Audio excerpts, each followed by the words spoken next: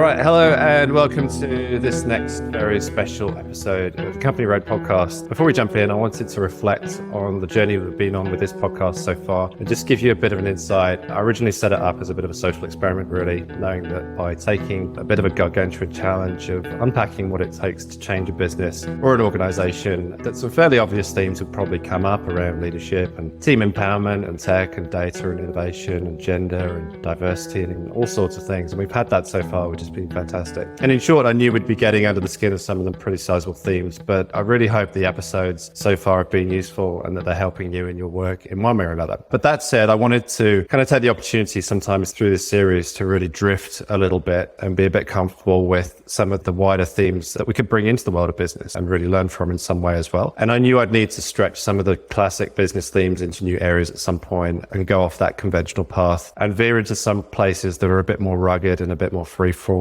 And I'm pretty sure today's chat will be nothing short of that as we look to bring together the worlds of classical music, jazz, haute cuisine, and business, which may sound like a tricky combo to navigate, but we'll see how we go. And the question is, what can we draw from each of these areas that would help entrepreneurs and entrepreneurs simply do more cool stuff, really? So my guest today is a classically trained musician on both piano and trumpet. And Karl, you've taught and performed as a professional musician for several years before founding a successful cooking school for CrossFitter, and you were creating lean, clean cooking machines, to use your phrase. And in the last 20 years, you've built an impressive career, but switched in from that world into consulting, financial services. You're working for not-for-profits, and your latest venture is in a SaaS area in the world of mobile comms, SMS to some, and in the US, I believe they call that text. So Karl Deitz, we met a few years back when your lovely wife said to me, hey, you play music, you should meet Karl. He's a bit of a muso too, and he plays piano and the flugelhorn, and he's been known to create new sounds on his trumpet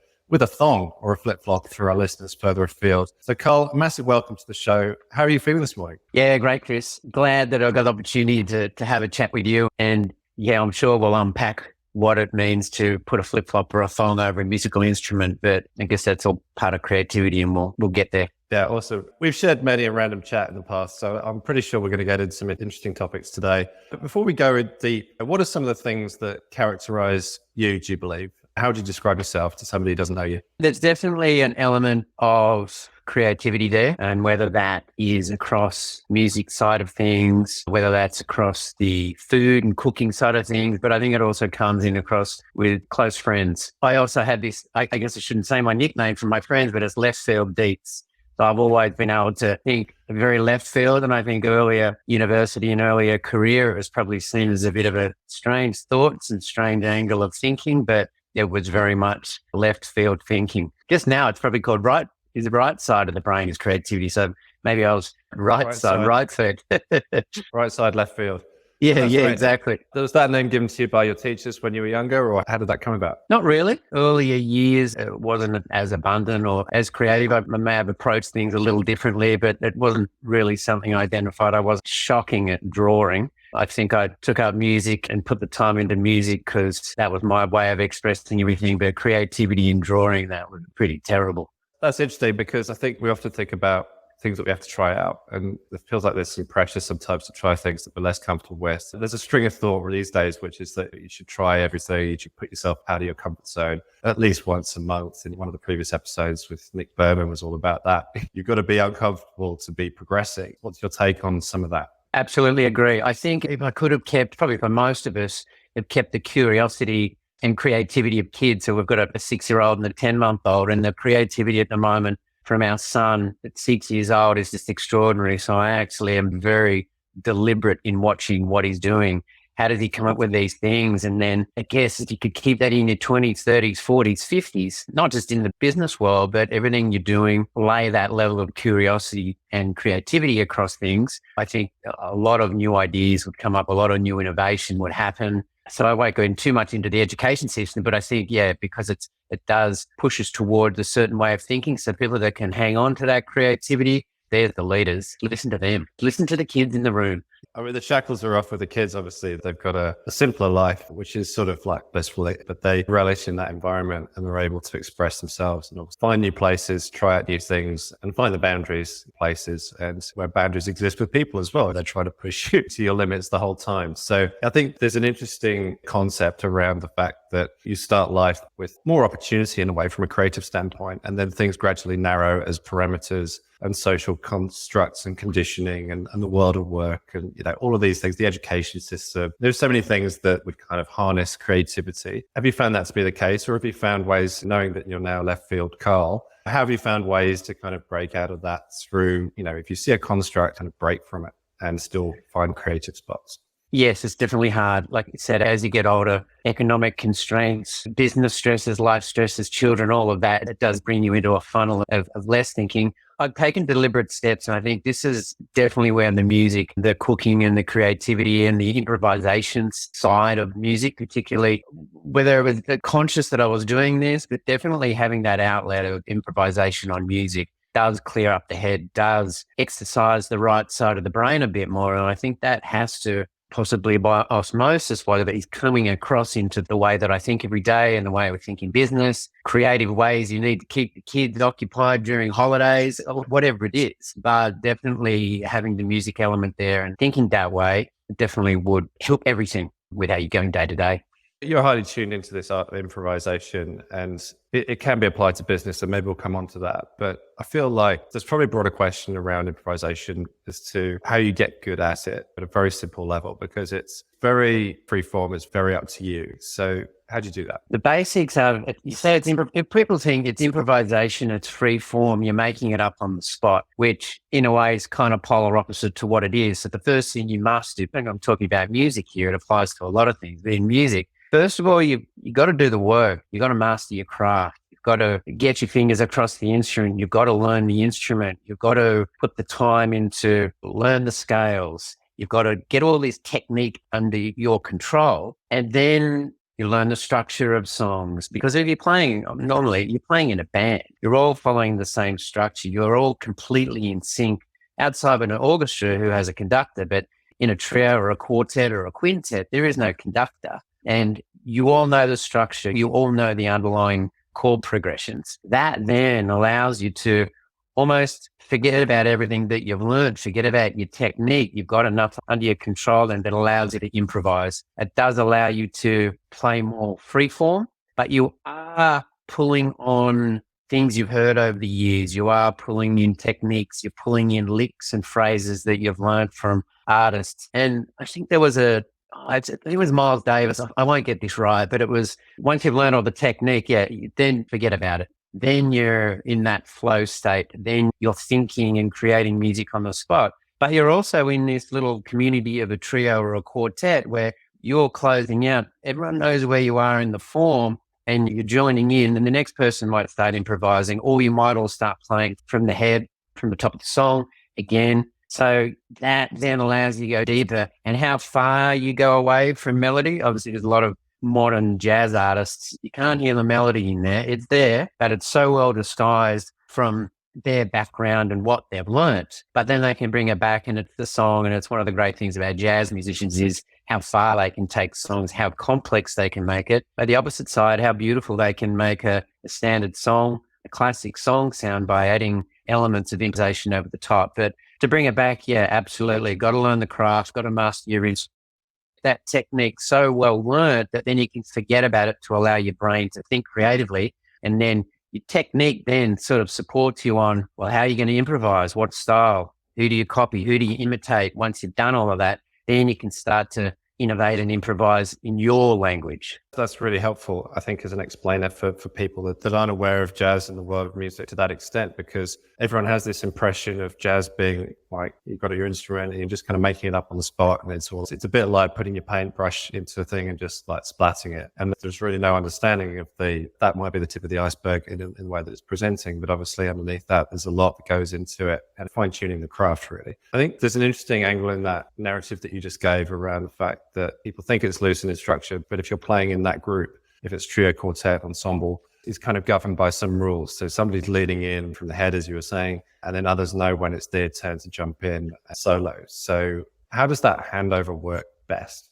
It works best when, I'm not going to say it's a feeling, but there's a lot of visual cues. There's the occasional nodding. You just get, when you're in the right group, 3, 4, 5, let's just talk about a trio for this stage, but you just have this connection with everyone in the band. You can see certain things, particularly say a drummer guiding you all the time. They could be doing specific things. We're about to go to the top, about to repeat something, might lead into another solo. So there's these little guide points, these almost the invisible guideposts that anyone outside of the band who's just listening without musical background will just hear this song flowing through beautifully, and there's a structure. But within the band, there's constantly these small cues. And if you play with the band long enough, you can just pick them up so subtly that audience members, you're just not going to pick up on it. Other bands might make it really obvious. Like you might scream out, like the drummer might be saying, let's do it again. Again, that's about knowing your audience, getting feedback from the audience. You play the tune as you've rehearsed it, or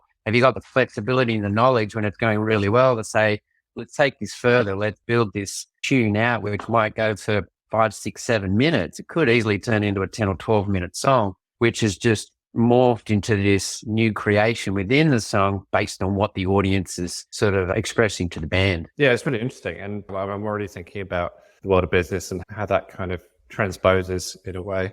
To use another musical term, I think it feels like you're tuned into those cues, but obviously you know what you can do and what you can bring in that situation. So have you found that you've been able to compare the two worlds of that situation where you're improvising, that you're going to be getting your time to basically play, or, in the business world, time to speak, time to present.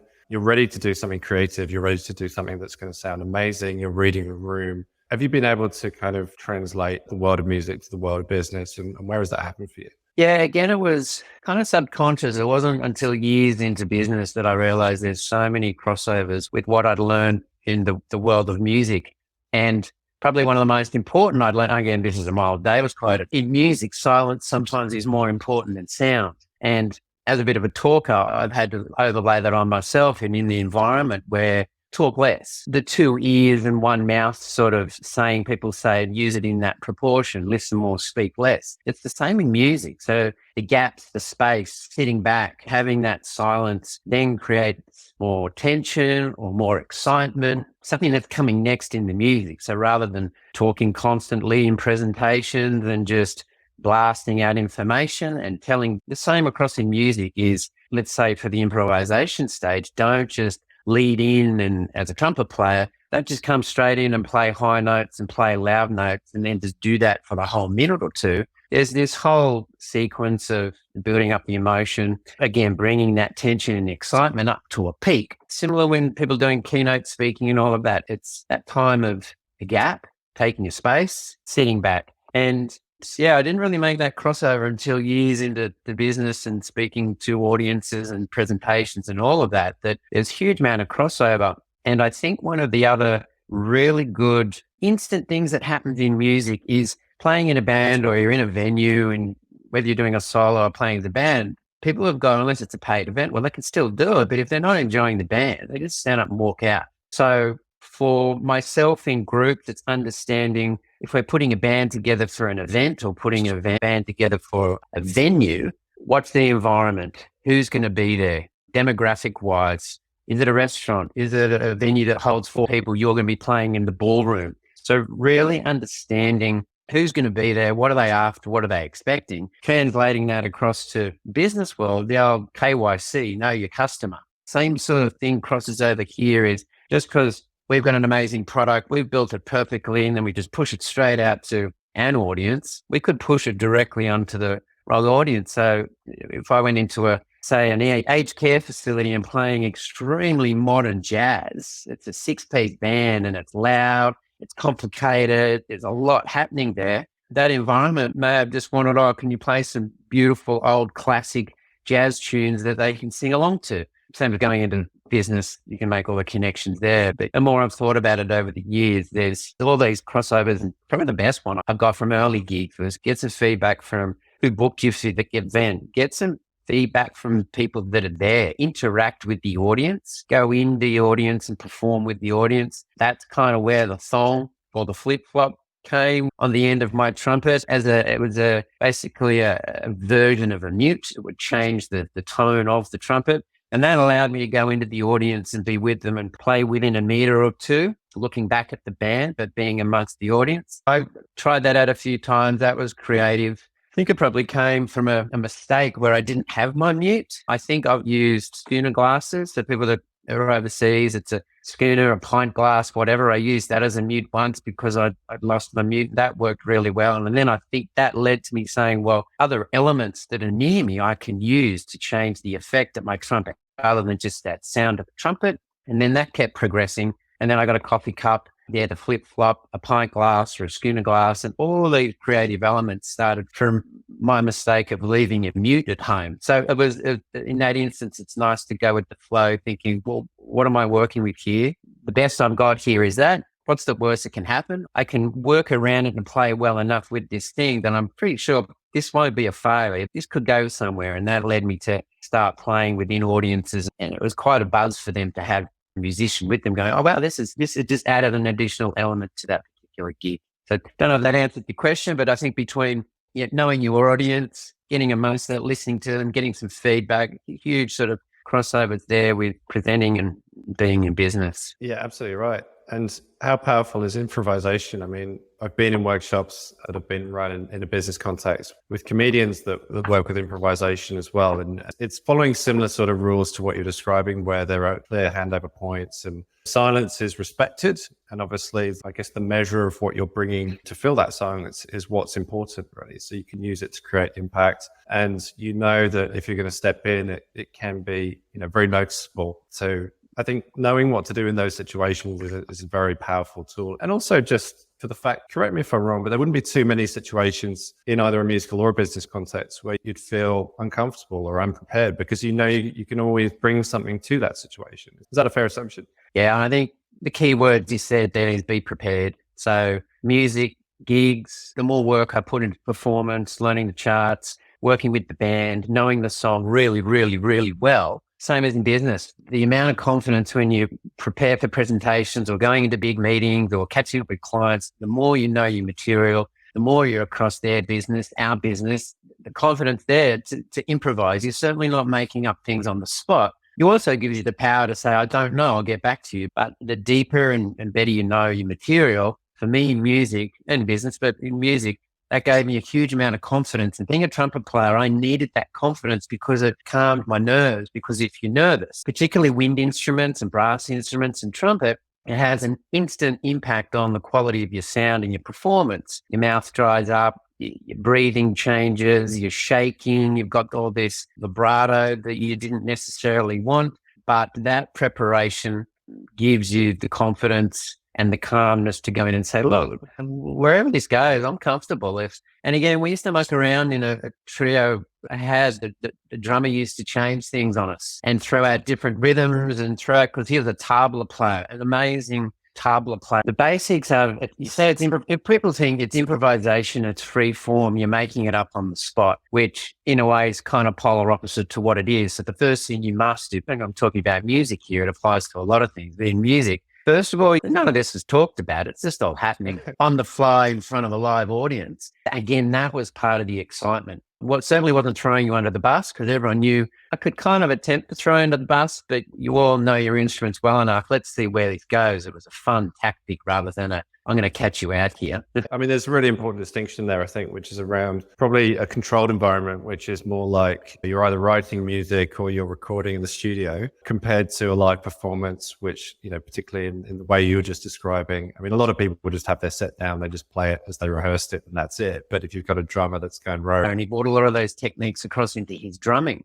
So he'd throw these rhythms in. Rather than throw us out, I'd add an additional element. So when we'd improvise, we'd try and match those rhythms. And then that changed the melodies that we were playing because he introduced this new color. We've been used to all of these traditional and standing drumming patterns. When he brought this in, it's kind of like... And this can happen in work too, where the conversation goes like that and you're 2 hours talking about something else that you hadn't foreseen. So all the time, but you got to be ready for that. And in some cases it works, some cases it doesn't work. I wonder what you think and how you respond to the situation where what you hear from somebody else in a group that you either within your musical setting or in business is totally out of your control, but you've just got to see where it's going and then bring it back on track. How does that work? Yeah. And I think we've all been in that scenario where let's say you're going in for a meeting with a client or a potential new business, and someone may say, look, before we kick things off, I just want to ask you this question. So again, and that's from the other side, sometimes that can throw you. I think that does come down to preparation. So whether it's just yourself there or you've got your team with you, before you go in, you are assessing the fringes of this, saying, look, have we covered everything? What's the agenda? Have we agreed on this? Is there something potentially that could be, who else is coming? Again, knowing your audience and knowing who's there. Is the CTO going to come straight out and say, bang, we haven't covered this. We need to talk about this first. I think having that prior preparation, and like I said, have the team with you in case you need to say, look, that's a great question. Hopefully someone you've got with you can sort of dive into that then before you actually get to the agreed performance of what you were going to talk about. And it's the same, flipping that to the music. I compare that to equipment failure, equipment malfunction. I've had so many times where something's gone wrong. So audience doesn't care. They don't want to know about it. You've got to adapt on the fly. So the equivalent there, trumpet player, it could be microphone's not working, so you've got to play live without a microphone but blow harder. Could be a valve is stuck. Something's gone wrong in the last minute. One of the main leads is missing. So that level of improvising is a whole lot scarier than musical improvising, because people are there it's a set time, they've come to hear you, things aren't working. So I guess tying that in with business things that could happen straight up, I think that level of thinking is staying calm. What are our options? What can we do? And can you take it offline? Can you do something else? In that instance, can the sax player and the piano player just do the first two songs? Something a little bit different. They're not expecting it. So you're blending that, something new. Business world, it could be certainly not going off topic, but it could be a process of delving deeper in more questions, diving deeper into that and using that to get back into the reason why you're there to cover bigger issues, but certainly not turning your back on it, but using elements of curiosity to find out what's behind that question. And, we all feel like somebody else might be in the meeting. They're not sure why they're there. In a musical sense, it feels like it'd be much more deliberate. Who was coming to that, paying part of it, and they would know the rules of engagement. Maybe you can draw from other areas. The comparison that sprung to mind was a very simple board game. Board game's a very easy example of showing how the rules of engagement are set. You open up the box, you can see the parts, you can read the rules, and then you know how to play the game. Whereas in a social context or in a business context, those things aren't always known. And so how that environment is created is incredibly important. Is at the start of the meeting, is there an agenda? Is there somebody who introduces it? It's around expectation setting. What are some of the tricks that you use in that sense? I think also in some meetings, there's people that love sitting on the outside of that to throw it off a little bit. Again, it's personality-wise or what they're trying to uncover. It's sometimes a huge amount of joy to throw something in the mix there. So I think, like you were talking about, the clarity, the structure, the focus, all of that, I think you've always just got to be prepared that whether it's subject matter expert or having people with you that can cover areas on the business side, music, it's knowing that you've got a team with the depth of knowledge around these songs on music. That then allows you to cover things. You may not be able to anticipate things, particularly in the business world. You can't anticipate someone's morning, what they've got afterward, their week. There's so much going on, even though the agenda's been agreed on and all of that sort of stuff. There's so many other factors. And you've been in a lot of meetings where things don't always go how you'd planned, or you may have known exactly what the agreed desired outcome is. But all these personal factors, business factors, mental factors, everything that you mostly don't know about, that's coming to the meeting with both of you or both teams coming together. So I think it's having an awareness of that, particularly in the business world early on in meetings, not jumping to conclusions, not maybe going straight down their path. It may trigger some things with yourself or the team, but yeah, having that awareness that there's other factors at play here. So I think that's a good point to stick with people as you clear. Yeah, let people help you out, let them carry you a little bit, and also be aware of who's going into the meeting and think about the conditions if you can a little bit beforehand. Often your head is 10 minutes into the meeting, you're still thinking about the last thing that happened or the next thing that you have to prepare for or the next presentation you have. There's a lot in being disciplined in your head, your mindset, and knowing that if you're in that meeting, be present. Yeah, exactly. Even though you've got business objectives, everyone's got their own priorities. What's in thinking of again, I'm talking not particularly a one-on-one, yes, but when you've got multiple people in the meeting, what does each person need to get out of this? What do they want to understand? And they're all going to be, you're not going to have 4 CFOs in a room, but you're going to have a mix of all the different levels in there. So spend the extra time prior to the meeting saying, okay, what do they really want to know here, understand? What do we need to uncover in the meeting? I think that helps a lot. Absolutely right. Hey, there's a point I just want to build on that you were making before around playing the trumpet and around the way in which you would project that sound. If you weren't feeling comfortable, then you would almost hear it in the pitch. And trumpeters also have a bit of a reputation for swagger and for being pretty confident, outgoing people. Some would say arrogant at times. I'm just wondering whether in a business sense, is that something to be aware of in yourself? How do you use it to best effect? And when do you know where to draw back from that kind of lead role in a way? I like that. I think because the trumpet, you've got the power to be louder than anyone in the band, unless the guitarists and the trumpet have a trade-off with who can go louder. But let's say trumpet, you can be playing pianissimo, you can be playing very softly, but you've also got the ability to almost overrule and play over the top of anyone in that band. And we've all come across this in business is the over-talker there. So I think there it's respectful, it's conscious of what the tools that you have access to, but also having an awareness of in the band, the awareness of the band, the other musicians. It's a team sport in the band. Let's say the trio example again. You're all blending. You know your time to shine. You know your time to speak up. You know your slot. Other times you might speak up because particularly in trumpet, it's not always playing with the band and then you got a solo and then you're coming back and playing. You've got the freedom to throw in 5 notes, 3 notes, 2 notes here and there. Just again, it's just adding little, I'm going to say the little touches of color. You can do that there. I guess the same might be in business. Occasionally someone might pipe up and add in a little bit of a input there. But I think business-wise, it comes down to the respect of listening. I think mostly the person that speaks last in meetings, they're the one you're listening to.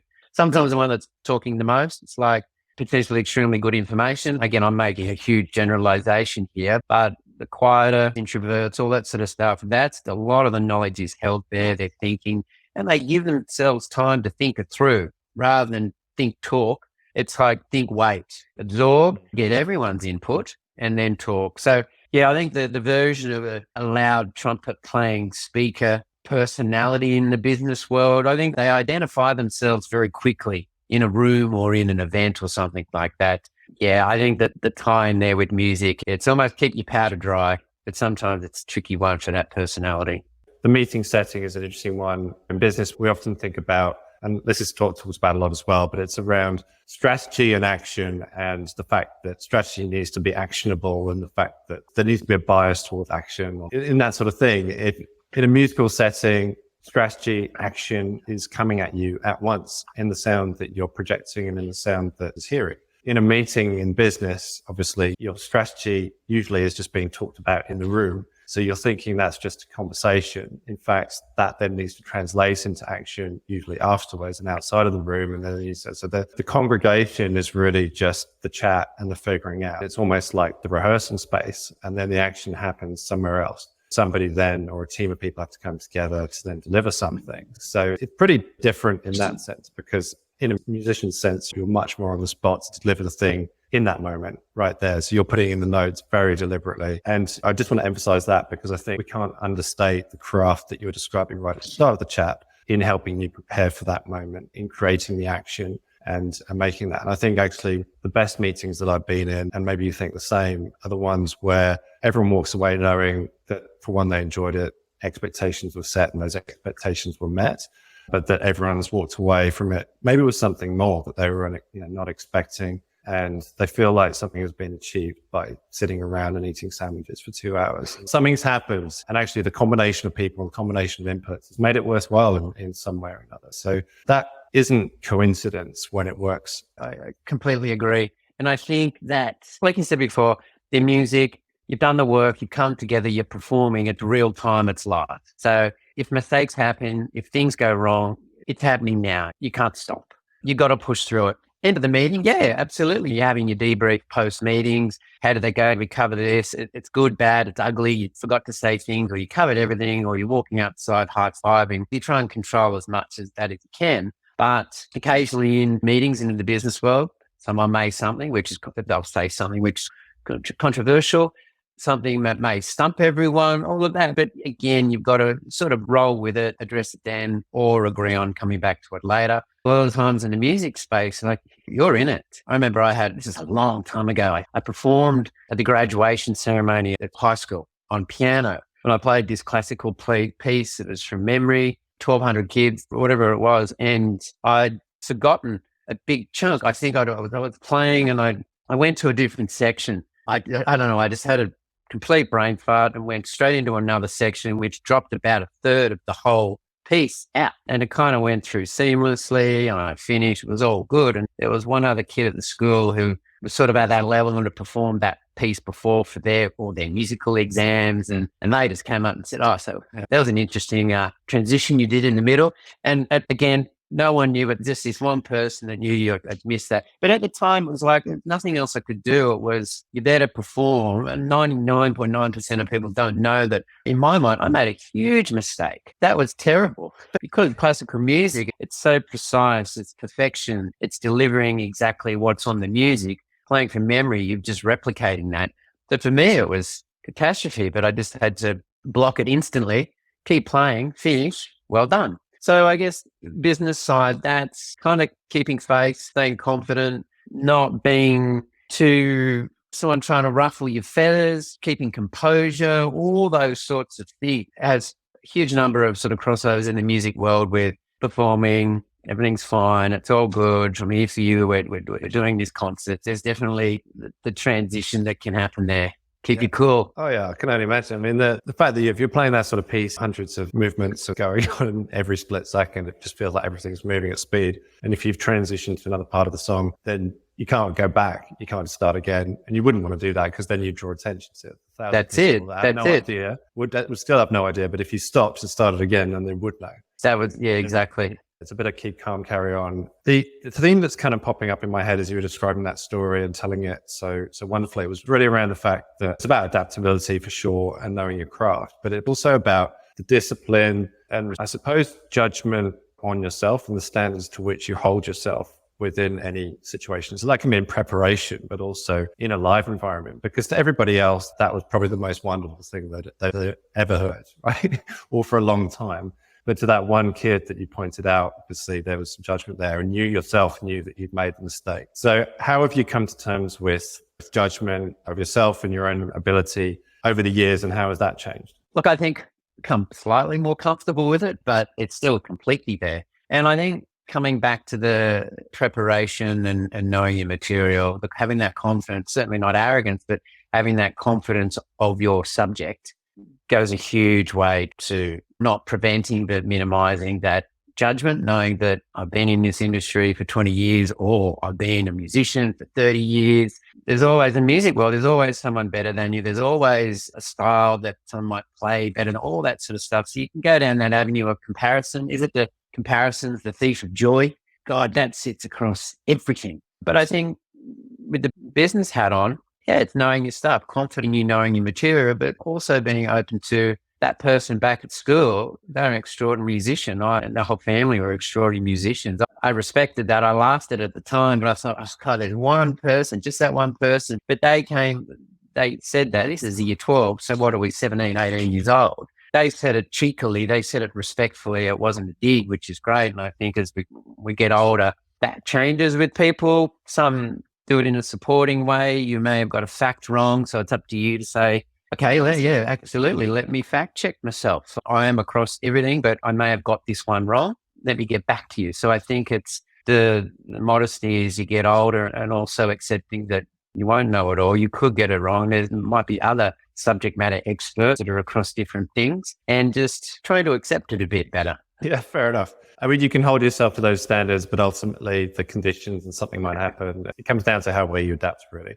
Yes. I think people are becoming or do become more judgmental with age as well. So you're going to come across, you're going to have your own craft and your own kind of skill set. And obviously you're coming up against people that have got that in another area or in the same area, and they want to offer an opinion. So you're up against not only your own standards, but their standards, and you're trying to balance that through a lot of these interactions within the business world for it to work anyway. You have incredibly outspoken leaders that really know their stuff, and you have to almost take a step back from your own point of view to let that come through and think about how the two skill sets or points of view really blend to make something that's even better. It's like an open innovation mindset in a way where you're thinking, okay, I know what I can bring and I'm confident in that. But I also know that the magic can happen by bringing in and welcoming the points of view and the inputs from other people too. Agreed, absolutely. Because you're only one person in business. I saw a great muso recently, I don't know, let's just say Instagram or something, a sax player. And he built a huge following just as a single sax player. He's not in a band. He just loops. He plays the other loops playing that he's doing, or he goes into churches and environments where the acoustics are just amazing. And because the echo is half a second or a second behind, he's then playing against his original motive that he played just before it. So in that instance, yes, sorry to take that there, but it was, that's what exists. It's up against himself. All right, let's take a bit of a shift into the world of food, because we've talked about music a little bit, but I don't know if the world of food is any different. And maybe just let's introduce the section by maybe describing some of the things you were doing, and then we can jump into some chats around that too. Yeah, so the world of food and cooking, I guess, came about a long time ago because I was a shocking cook and went to make a Valentine's meal for a girlfriend and the hell out of it and thought it was char grilled. So I kind of just scraped it all off and had that as part of the meal, thinking that's delicious. And it was disgusting. So we got to take away that.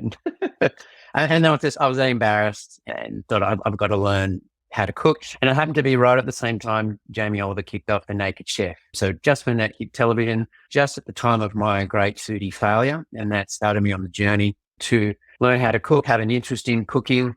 And then that sort of kept growing over the years. You're at university and you're living with friends, and that it was, if no one can cook, you eat rubbish all the time. Or if someone sort of steps up a bit and can cook a couple of dishes well, then your life's a little bit better. You're eating better food and having more fun with it. And then fast forward, one of my best mates also loved to cook, and we started CrossFit. I'm going to go back. This is going back 10, 11 years ago, the earlier days of when CrossFit kicked off.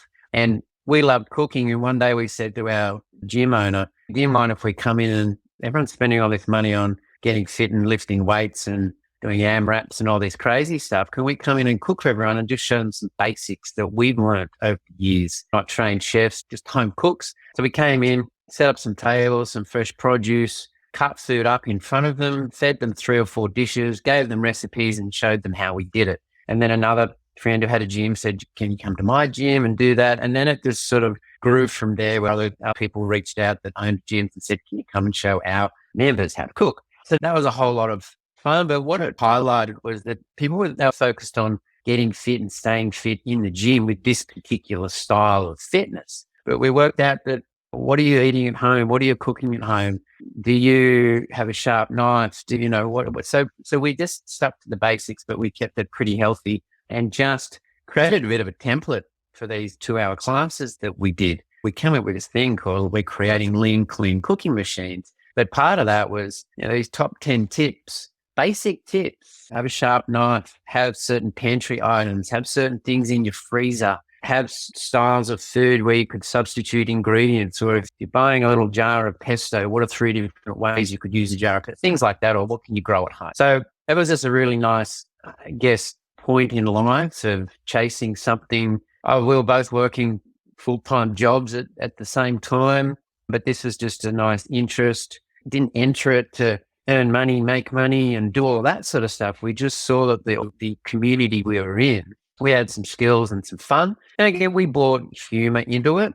We entertained them because we saw that as an element of education, that having humor and fun is going to almost help them consume that information better, and they're going to hang on to it. So we made it highly interactive. We got them involved in the class. And the best thing I mentioned before, you know your customer and get feedback. We got feedback after the first couple of classes, and people said, you need to be charging at least double what you currently charge us, because food was amazing. We earned a lot. So that was a key thing early on. Always nice when they come back and say, we'll pay more. So yeah, that was a period in life. We ran that for a couple of years, and it started to grow. We got to the point like, what do we do now? So we tried that business, but we've kept the love of cooking, the creativity. It's the same as music. It's the same as business. Learn the basics, master the craft, learn how to cook in different styles. And that just grows and changes, I guess, as we get older and you have kids. Midweek cooking is now not a 3-course meal 4 times a week. It's very, very different. So you learn new techniques, new hacks and new tricks. That's it. I mean, that was revolutionary back then. I remember the time quite well where Jamie Oliver was sliding down his spiral staircase and cooking and playing some drums in between. Remember it well. Getting around on his Vespa, the grimy streets of London. It was kind of interesting because he did sort of bring it back to basics, really. How do you make that concept of, it's probably about ease and motivation, but how do you make, seems far away, you don't eat in a restaurant, bring that into the understandable for people. So it sounds like you're doing the same thing with a bit of flair thrown in as well. If you're making it funny, maybe stand-up comedy was another thing that you were adding to your repertoire of musician, cook. I think because it was with my best mate, the banter was unplanned. It just happened. And that level of comedy and fun, that's a nice environment to learn in. And taking that in the corporate space, you've bought comedians, you've bought different styles. I know fun, laughter and comedy, corporate sense, is huge results. And much like people go, hey, let's do a 3-day retreat. Let's go hiking for 3 days or 3 nights. Get your headspace out of your current headspace, put you somewhere else. And just your environment means you're going to think differently. Watch what happens. So I think comedy and humor and all of that can really open some compartmentalized parts of the brain that you get a door opened and people can go in there and explore things that are kind of already there. They don't let themselves in there very often. And there's something about a chef's table which is incredibly calming, in a way, to me anyway. I always find the most stressful part of cooking is where you have to, for one, figure out what you're going to do. But then you're grabbing from 27 parts of the room to go get the things together that you need and assemble all of that. But if you go to a cookery school, if you've done a class like you're describing, usually you have a bench top, all of the things that you might need. It's a bit like a master chef scene. It's kind of laid out and it looks like somebody's Instagram and it's all neatly laid out like Apple designed it. And it's kind of, it's all ready to go. And that's just kind of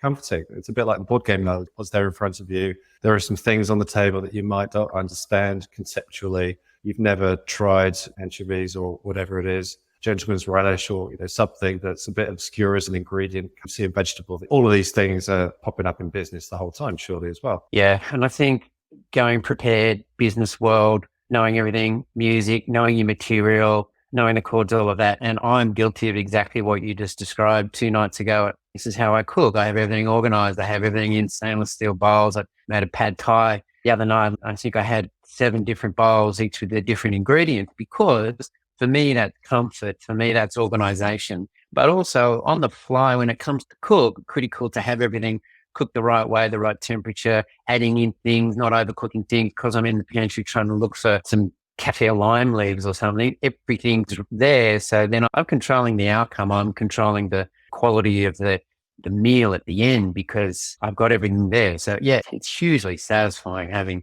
a bit of work up front. But then during the process and the success of that dish, I'm controlling it, going to keep it high because I've done those prior steps. And a bit like trumpeters, head chefs, they get a bit of a rep for being a certain way. But I'm also thinking that based on the type of cooking that you enjoy or anyone enjoys doing, it can say something a little bit about you as a person, because some people prefer a slow cook. That's me. Love doing all the prep. And I know the end result is going to be pretty much guaranteed. And there's going to be a kind of warm, comforting feeling from that. Other people love the prep and then the kind of quick wham, bam, thank you, ma'am, Asian style cooking. We're going to get the high heat going on. 5 minutes later, you're eating the thing and it's scalding hot. I wonder whether that sort of preference for cooking or for temperament through that is different for different people. And I think in the world of work, that's also the case. Some people have a very tuned appetite for almost the slow burn, the observation, the calculating, the configuring around getting the right result within a business context, but also some people just love to come into the boardroom and smash it out. Yeah, and I think there's some nice crossover with cooking there, because the slow cooker, thinker, food brain, if they also are like that in the business world, it's kind of nice to shake things up a bit. So everything you described in cooking, I'm going transition at the moment where, because of how hectic the weeks are and with the kids and that, the slow cooker, the prepped meals and the pressure cooker during the week, just amazing. Whereas on the weekend where I can, I like to try and cook over charcoal. I like to put the smoker on. I like to do those sorts of things. It could be cooking some prawns over high heat. Like that's a very different style of cooking. So business-wise, the all energy, high talking person in the business world, in meetings and even in the office, for them to observe or to learn or to see that other person who's a introvert, a thinker, sits back, comes back, doesn't answer instantly, all of that. I think there's something, definitely something that both sides of the party can take away from that. Techniques, ways of thinking, different thought processes, the good old school saying, I'll sleep on this. Many times I should have done that. I think everyone, if you're responding in the heat of the moment, or you've got the first thought that comes to mind, sometimes that's right. Sometimes it's maybe not the best solution or response. But I think taking from kitchen and taking from other people's recipes or taking from other people's plates, saying, Chris really loves the slow cooker style meals. What do you love about that? What sort of foods do you cook? My understanding why you're doing those things, I can absolutely learn from you on, okay, I didn't think about that. Like I think a month ago I was with a friend and they got a couple of kids and they did a pressure cooker meal. It took 20 minutes and it was delicious. So 3 nights later, I cooked the same dish and I'm like, this is great. So I think learning from both sides, cooking side analogies with the business side of things, you can definitely take away some great thinking from your polar opposites. A sharp knife is a great analogy that can be used just brutally in both environments. Yeah, there are all sorts of things there. But if you boil it right down, to pardon the pun, it feels like you've got basically what you know and what you know well in one sort of circle of the Venn diagram, and what you don't know and find out in another. And it feels like agility through those different states is incredibly important in terms of maneuverability. So you've got to be open enough to see that there's something out there that you don't know, and very much about experimentation. You know what you have to work with, but you're also looking to kind of push out into new areas. And yeah, the world of work's the same thing. Otherwise, if you did the same thing and you're eating scrambled eggs and toast every day, you'd get bored of that too. So when do you know when to stay with what you know, and when do you think, okay, I need to branch out, and what characterizes some of those situations? I think is getting older, I think it's been a bit harder. Again, might be a bit of a generic statement there. You rise to a certain level, you come to 40 years old or 50 years old with a certain level of knowledge. It's got you there. I think it's got to be quite deliberate. Got to overrule some of your automatic thinking to say, okay, I need to deliberately step back here. I need to refresh this area. I need to dive into, let's say I got to dive into AI more. I listened to one of your episodes 2 or 3 episodes ago. There's new tech, there's new knowledge, there's new ways of doing business. Let's look outside the industry. What are people doing? Be interested in friends and peers. Who do they follow? Who do they listen to? Who have they met? What are they sharing in their side of business? And even our business, we've done that. We've taken things we've learned in the retail space and we're bringing that into the not-for-profit space. So having that level of tech, which has been so advanced in one industry and so lacking in another, which now is improving enormously, it's deliberately grabbing yourself saying, yeah, I've got to go into these new areas and learn and find the right people. And also with that comes a level of skepticism, because the people that, especially new tech, that say they are leaders and they're the shining light in that space, they might not be. But they perform and speak and everything's spot on, or you think it is. So it's good to have that balance across industry, other industry leading experts, whatever that industry is. So yeah, I think it's personally for me, yeah, it's tricky because it's not complacency. You just get in your zone. And I think if you set yourself some patterns on learning, bringing in new knowledge. I've got a couple of friends that exec levels have learned instruments. Like they're so busy with their families and their business, and one's learned guitar and sings, another one's learned drums, quite competent on drums. Like, again, I know that's just a music example, but in the business space, it's getting new knowledge, aligning with people that are really pushing the envelope, and hang on a little bit and learn from them.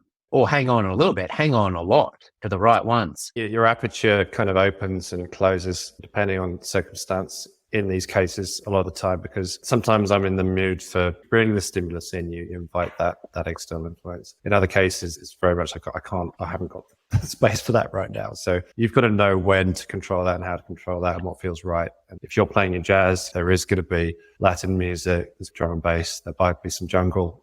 In the world of cooking, you might be cooking Aussie classics or European food, but you may not have considered an Indian dish. Or there are so many things that exist out there, both in the way of trying those to taste or to hear, but also to experiment. So if you can learn something about how another team or a person does something and they're a skilled practitioner, what can you learn from them? It can be as profound as that, where you're in front of somebody who's incredibly skilled, or you can just be picking up on a very subtle nuance in how they've handled a turn of phrase in a conversation or in a meeting or in a presentation. And you're trying to pick up what can you learn from this situation is probably the broad question. Do you feel like you're always in that learning environment? I'd love to say I'm always that open. My aperture is always open. It's not, because it gets closed by life scenarios, business scenarios. But I think the always learning, huge intersection there with jazz. Like no jazz player ever gets to the point. They just never get there, whatever there is. Like you're always learning. Again, using musicians as an example, like there's always different styles that you can absorb, and then that becomes part of your language when you're composing or performing. Again, if I look at my Spotify list this episode not sponsored by Spotify, but if I look at my last 5 playlists, they're all completely different. And depending on how I'm working, determines what music I'm listening to. Does it have lyrics? Is it just instrumental? Some of it's more, say, techno sort of music. Some of it's pure classical. Again, bringing that across into the business world.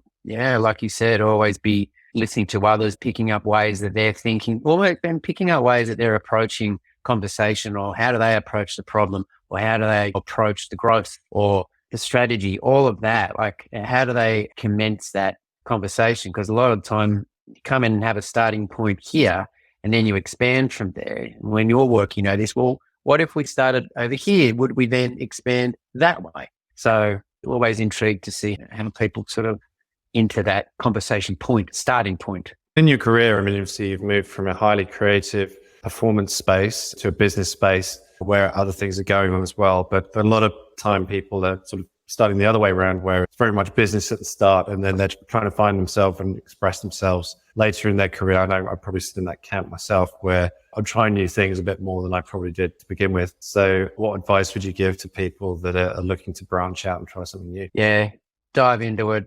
Be super comfortable with being really bad at it. The thing with music and sports and art, everything, like when you start, you're pretty crap, but the consistent work and the diligent work, all of that laid across anything, you become better at it. If you get to your 10,000 hours in something, obviously you're very good at it, but with anything, lean into it and just be comfortable with the tiny little steps in the journey, but the consistency. So music, that's what got me to where I got to. It was the practice. I used to get told practice makes perfect, but as I got older, a bit wiser, I suppose, it was perfect practice makes perfect. Just going and playing piano for an hour and a half and practicing your scales and your pieces. And I didn't necessarily mean I was any better at the end of that period, but being more precise with my practice over the years meant that I could do less practice because I was more zoned in and drilled down into the key elements that I needed to work on, rather than just doing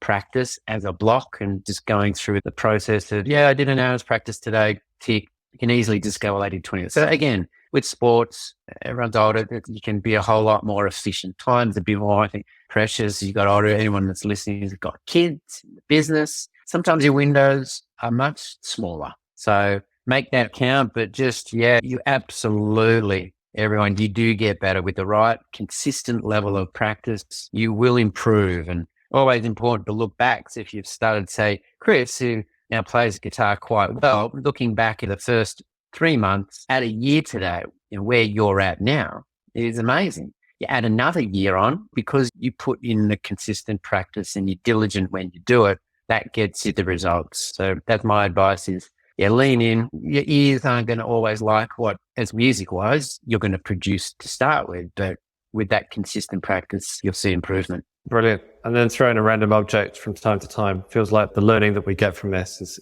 coffee cup, schooner, flip-flop, whatever you can find. But bring something random in. Exactly. I think we've had a really good chat. I want to bring it to a close now, but some very interesting turns through that conversation into obviously the different areas of your life and the expertise accumulated and thankfully have been able to share with the audience today. So I really appreciate your time and coming onto the show and just being generous with your thought and free thinking and left field as always. So thank you very much. Yeah, thanks, mate. An absolute pleasure. I hope some people got some things out of it. Brilliant. Thank you. Okay, so that's it for this episode. If you're hearing this message, you've listened all the way to the end, so thank you very much. We hope you enjoyed the show. We'd love to hear your feedback, so please leave us a review and share this episode with your friends, team members, leaders, if you think it'll make a difference. After all, we're trying to help you, the entrepreneurs, kick more goals within your organizations. If you have any questions about the things we covered in the show, please email me directly at chris@companyroad.co. I answer all messages, so please don't hesitate to reach out. And to hear about the latest episodes and updates, please head to companyroad.co to subscribe. Tune in next Wednesday for another new episode.